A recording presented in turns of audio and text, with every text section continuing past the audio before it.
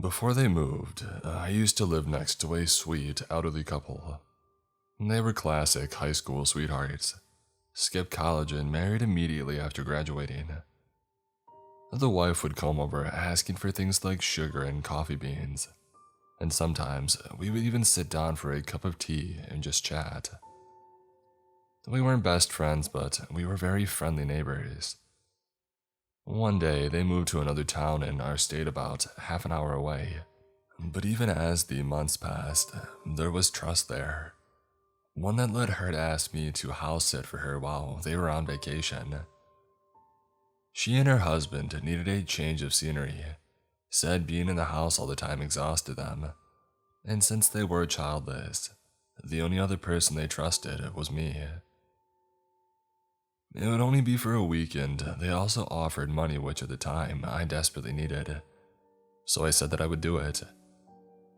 Right before they left, they gave me a handwritten list of rules and chores to do around the house. Things like watering plants, places that get dustier than others, and so on. It wasn't a lot to manage, especially for just a week. When I first stepped inside of the house, I was immediately hit with a hair-raising chill. The inside was ice cold. I crossed my arms as I searched for the thermostat. Jesus Christ, I muttered to myself as I raised it from 40 degrees. Looking around the house, it's exactly what you would expect from an elderly residence. Black and white photos, knickknacks with fading paint, country kitchen decor, and lots of those home is where the heart is type of signs. The most modern thing in there was a flat screen TV. After checking out the first floor, I made my way up the creaky stairs. As I ascended them, I suddenly slowed as my brow furrowed. At the top of the steps were rows of doors, but that wasn't the weird part. There was something off about the first door. The door itself wasn't weird, but it looked out of place. The gap between its door frame and the one next to it was oddly close. It looked so cramped in the corner of the hall. The house had probably been standing for hundreds of years, so I brushed it off as poor architecture. Wondering what was inside, I attempted to open it, but I was met with a knob that wouldn't budge. I knew that she wanted me to keep the whole house clean, so I was shocked to find a locked room. Quickly skimming through the list again, I didn't see anything about where to find a key or if I was just supposed to leave the room alone. Once again, I shrugged it off and just kept going. They never mentioned where I was supposed to sleep either, so I just pushed open doors until I found a bedroom. After finding a bathroom and a sewing room, I found their bedroom. I felt weird about sleeping in their bed, so I continued down the hall to the last door. Inside was a nearly empty guest bedroom, the only things in there being a bed, a dresser, and a window. The walls were painted a blinding yellow, and the bright sunlight beaming in didn't make it any more bearable. As I collapsed onto the bed, I let out a deep sigh. It would only be a week, I told myself. I spent the rest of the day lounging on the couch while watching TV, watering the plants and waiting for dust to build up so I could brush it away. As the sun set and the moon rose, I dragged myself to bed for the night. Although I hadn't really done anything all day, I was knocked out cold once my head hit the pillow. The next morning, I woke up with an exhaustion that left my head feeling like a bowling ball. As I poured a coffee, I felt like I could collapse where I stood. But I had another long day of dusting shelves and watering plants. For the rest of the day, my feet dragged across the floorboards. Walking back and forth down the upstairs hallway, I always glanced at the peculiar door at the corner of my eye. Something about it just made me feel queasy. My neighbor said that I could call her if I needed anything, but this felt stupid to bother her about. It wasn't my house and it wasn't my locked door. It wasn't my business. But my curiosity never failed to peak as I passed by it. When I had finished my task for the day, I figured a little exploring couldn't hurt. First, I checked the most obvious spot, but there was no key above the doorframe. Pulling open drawers, I pilfered through a bunch of hoarded junk, but I was met with no keys. After the failed attempts, I chewed on the inside of my cheek as I brainstormed. Suddenly, a light bulb lit up above my head. I jogged upstairs as I pulled a bobby pin out of my hair. Lockpicking wasn't a skill that I had previously picked up, but there's a first for everything. I jammed it into the lock and jiggled it around as I grumbled curses to myself. Crap, I sighed as I yanked the pin back out. I don't know why, but I just needed to know what was behind it. I guess it was because the day-to-day in that house was painfully boring. I needed something interesting. I dropped to my knees and attempted to look under the door, but all I saw was faint sunlight. Until another light bulb. Sunlight means a window.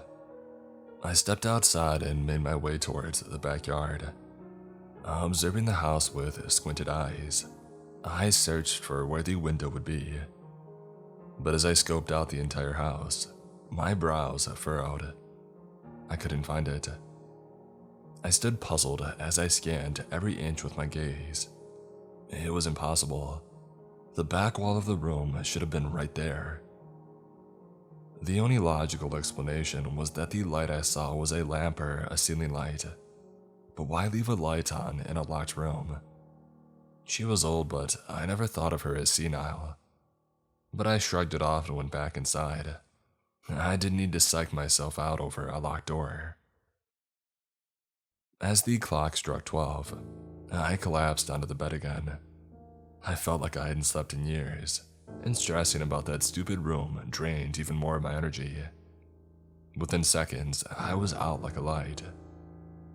As I snored under a heavy slumber and a deep dream, I almost thought that I heard faint music in the distance. It was a slow and rich violin, one that made me want to dance down the halls. And as my eyes creaked open, my dream melted away, but the music didn't. I rubbed my eyes as I slowly sat up, static clinging to my long hair. I looked out the window in a daze, the moonlight beaming through the tree branches. I glanced over at the door with heavy lids, furrowing my brows as the music continued to play. Slowly making my way towards the door, I cracked it open. As I poked my head out, the music got louder. I thought that it was coming from outside, but it sounded like it was coming from inside of the house. I crossed my arms as nausea brewed in my stomach, making my way down the hall. With each step, the music grew louder. As I got closer to the source of it, I then heard faint voices. When I reached the end of the hall, I realized it was coming from behind the locked door. I looked it up and down in confusion, my eyes shifting around as I listened to the unintelligible conversations. Then I hesitantly leaned in and pressed my ear against the door, hearing a collection of overlaying conversations and clinking glasses. It almost sounded like a party.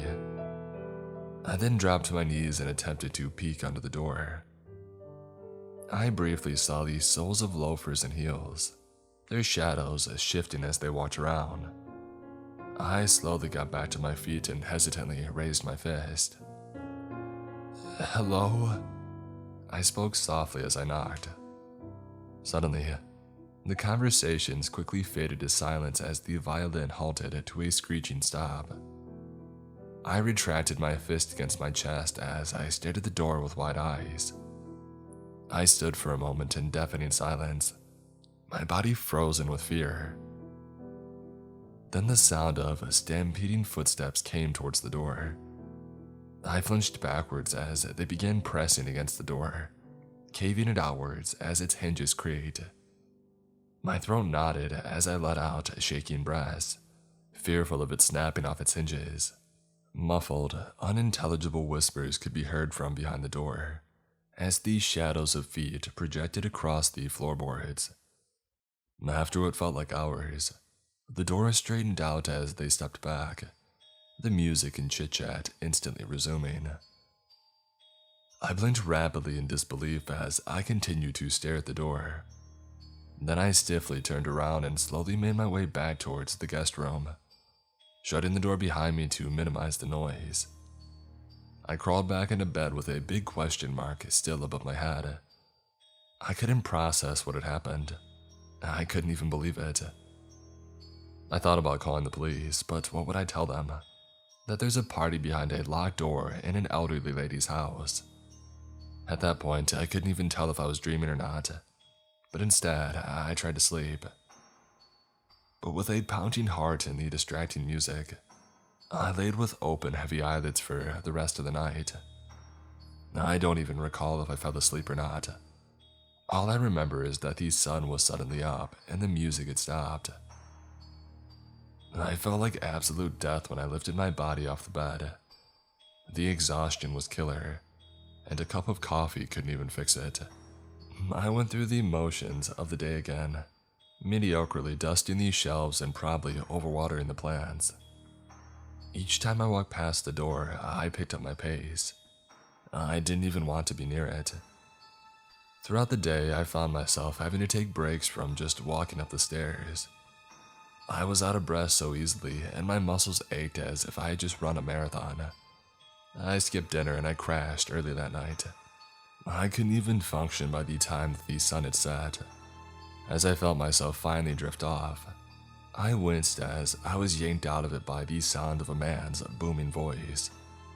I shut up, instinctively looking out the window, till I realized that it was coming from inside the house again. Suddenly, a woman's shouts began as well. It sounded like a bickering couple, but something about the way that they were speaking wasn't right. It was English, but not coherent. A jumble of words that felt like a foreigner hearing the language for the first time. I flinched again as the sound of shattering glass hit the walls. I pulled my knees to my chest as my body trembled, unable to block out raging screams the couple exchanged. A tear streamed down my cheek as I felt defeated. All I wanted was to fall asleep. My trembling grew as impacting furniture shook the walls. And then I felt one of their footsteps pound around the room. Each stomp sent a jolt through me from head to toe. As they seemed to be exchanging shredding goodbyes, I jumped where I sat as he slammed the door. I went to let out a deep sigh of relief until my heart stopped. That meant he was in the hallway. I flew from the bed, almost slipping on the sheets, and ran for the door. Footsteps echoed on the hall as I reached for the knob.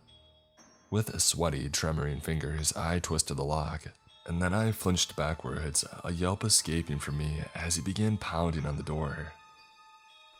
I slowly continued to back away as the door shook on its hinges with each bang. He then began spewing jumbled screams at me. My back hit the wall and I slid down it, tears streaming down my terrified expression as he continued his barrage.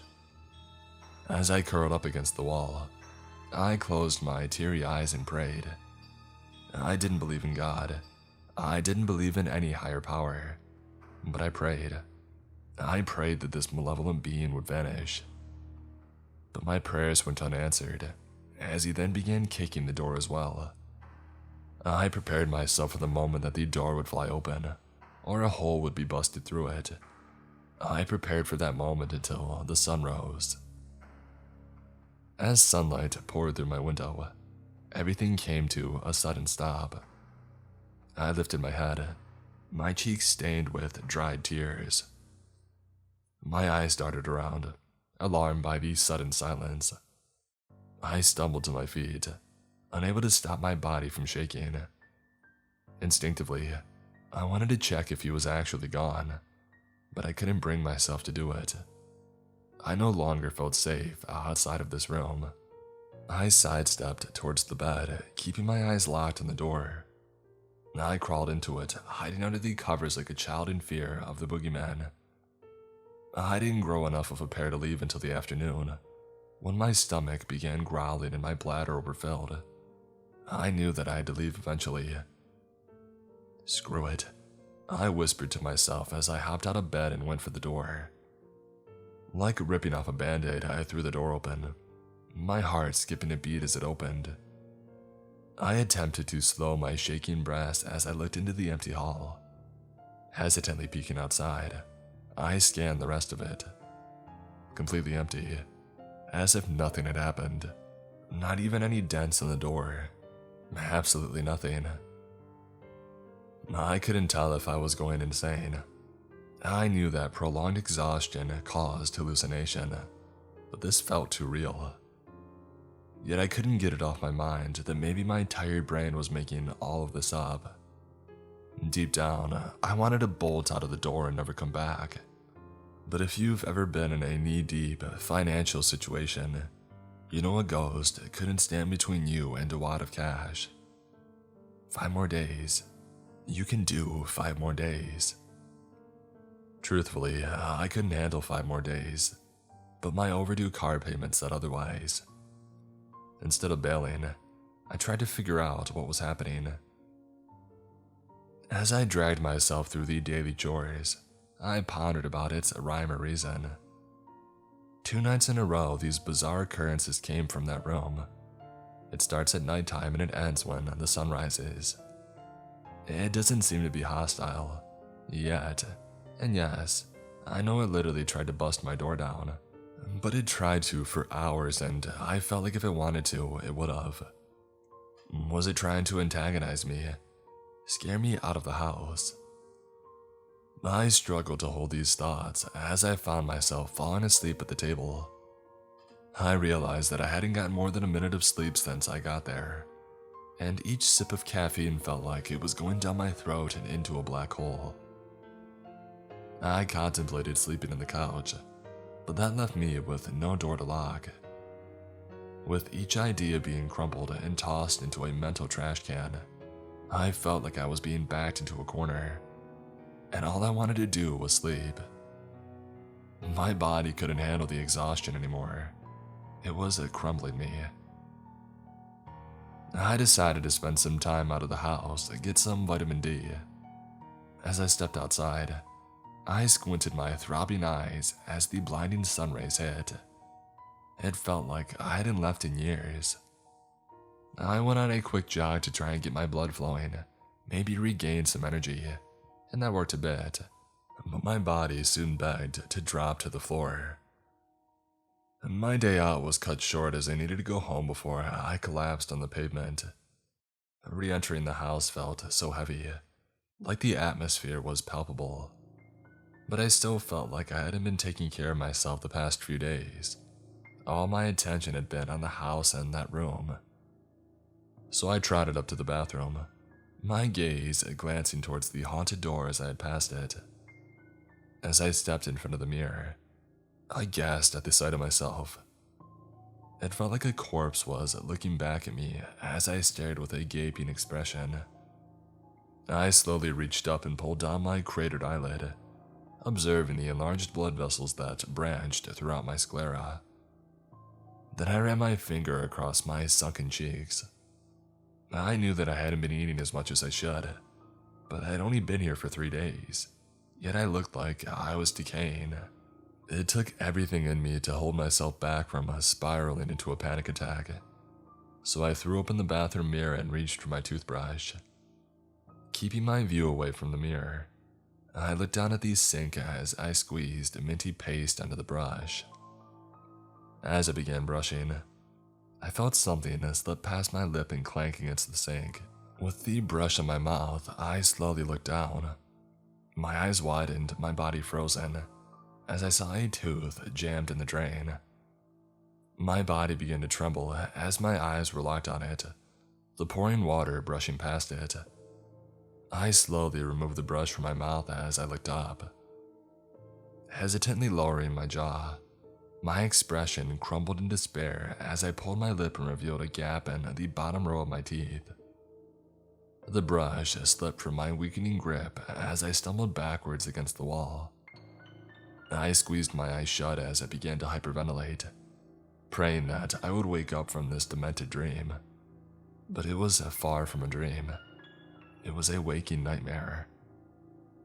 What is happening to me? All I wanted was to get in my car and get away as quickly as possible. But I wouldn't be able to stay awake for a half-hour car ride, and my body was ready to slip into a coma. If I was going to be stuck here for 4 more days, I needed to know if my neighbor knew anything about this. As I stumbled out of the bathroom and into the guest room, I wondered if this was the reason why they left, if this thing tormented them too. But why dump it on me? Why put me through this? I grabbed my phone off the nightstand and sat on the bed, attempting to unlock my phone with shaking hands. I looked for the phone app through sagging lids, feeling the exhaustion cost me. Before I could make it to my contacts list, I could feel my body forcing myself into slumber. I had pushed myself to the breaking point as I collapsed onto the bed, my phone dropping to the floor. When I finally woke up, I remember my eyes creaking open to reveal blurry vision, a nausea so vicious that it plagued my stomach, and my throat singed from acid reflux. For a split second, I almost forgot where I was. I didn't know how long I slept, but I saw the beaming sun through the window. As I lifted my body, it felt like I was moving in slow motion. My head was so clouded, the daze almost put me to sleep again. As I attempted to stand up, my knees buckled and I collapsed to the ground. I groaned as I lifted myself with shaking arms. It felt like all my strength had been drained. Next to my hand was my phone, which I realized was dead after I had tapped its screen. At this point, no amount of money was worth it. I needed to call her and tell her that I had to go early. I would make up any excuse to get the heck out of here. On my second attempt to stand, I finally got myself up as I stood like a freshly born doe. I plugged my phone in and counted down the seconds till it finally turned on. I crossed my arms as my body shivered, my desert dry tongue sticking to the roof of my mouth. As my phone powered on, I snatched it and prepared to call her.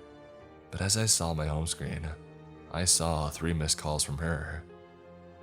I furrowed my brows as I stared at the notifications, and then I slowly glided my eyes up the screen. I had fallen asleep on June 3rd. The date read June 8th. I had slept for 5 whole days. My stomach sank as I read it, batting my eyelashes in disbelief. Yet a part of me was relieved because that meant this was the day that they would come back. I swiped on the missed call and began ringing her back. I sniffed as I lifted the phone to my ear, waiting as it rang. I'm sorry, I slept in on accident. Oh, that's alright, dear. We just got off the plane and we're on our way back home. I can't thank you enough for doing this. You don't need to wait for us. Can I leave a check in your mailbox too? Yeah, that's fine. You sound exhausted, hon. Was that couch uncomfortable? You were welcome to take our room. Oh, no, I took the guest room, if that's alright. Guest room? Yeah, the one with the blinding yellow walls. We don't have a guest room, dear. Everything deafened to white noise as my entire body ran numb. I slowly scanned the room as my heart raced. And oh, I hate the color yellow, she chuckled. Me too. I couldn't tell if I was trembling or if I was too frozen to move at all. Are you feeling alright, dear? I need your morning caffeine. Yeah, I gotta go. I'll let you go. We'll be home in about an hour. Without saying goodbye, I hung up the phone. The gears in my brain halted as I tried to process what she had just told me. The room that I had spent a week in didn't exist. Suddenly, what had become a safe space felt like a death trap. The walls of safety crashing down right before my eyes. I bolted for the door, threw it open and dashed down the hall. As I skidded around the corner, my toes hit the first step. I halted to a stop as the sound of creaking echoed from behind me. I froze as my heart pounded in my ears. Rusted hinges creaked as I stood with my back turned. I still had the chance to run out of the door. It was right down the stairs. But my feet were planted where they stood, and I knew which door had opened. As the creaking came to a stop, I drew a deep breath, swallowed roughly, and slowly turned around. The locked door had finally opened, and what it had hidden behind it sent one last numbing chill down my spine. It was the yellow room that I had been sleeping in. I whipped back around and flew down the stairs, almost tripping on my way down. I don't even remember if I shut the door as I flew out of it barefooted. My car keys shook in my hands as I rapidly pressed the unlock button. After getting in, I slammed the door behind me and rammed the key into the ignition. I yanked the gear into reverse and sped backwards, nearly reverse T-boning an oncoming car. As I straightened the car out, I shifted it into drive and began flying down the street, leaving skid marks behind me. The adrenaline coursing through my veins kept me awake, as I had survived the drive home. As I pulled into my driveway, I dropped my head against the wheel. I was unbelievably exhausted, but I was finally safe. When I entered my house, the first things I did were toss my keys onto the counter, devour a meal, chug a glass of water, and finally collapse onto my bed. When I woke up from a finally peaceful sleep, I collected my payment from the mailbox and mentioned none of the occurrences to them. I was still trying to process the last thing I saw in that house. I couldn't tell if I had actually been sleeping in that room the whole time, or if the guest room was some kind of extension of it. I couldn't tell if it was revealing itself to taunt me or to warn me. Whatever it was, it knew my curiosity was stronger than my fear, and knew that I needed to know. But I knew that whatever it was feeding off of me each night. And if I got out a second later, it would have taken the skin off my bones.